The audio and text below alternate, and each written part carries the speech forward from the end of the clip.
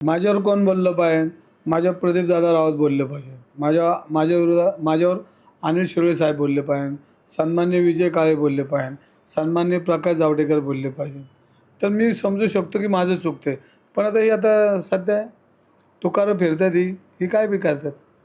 पण त्यांना हे माहीत नाही की आपल्या घराखाली आग लागलेली आहे. एक दिवस त्यांचं घर बी उद्ध्वस्त होईल. एक 70 टोळ्या आज पुणे शहरात कार्यरत आहे. एवढी गुन्हेगारी आहे आणि तुम्हाला त्याचं जर कौतुक वाटत असेल तर तुमच्या घराखाली बी बॉम्ब लागले. एक दिवस तुमच्या इथं बी बॉम्ब फुटणार आहे.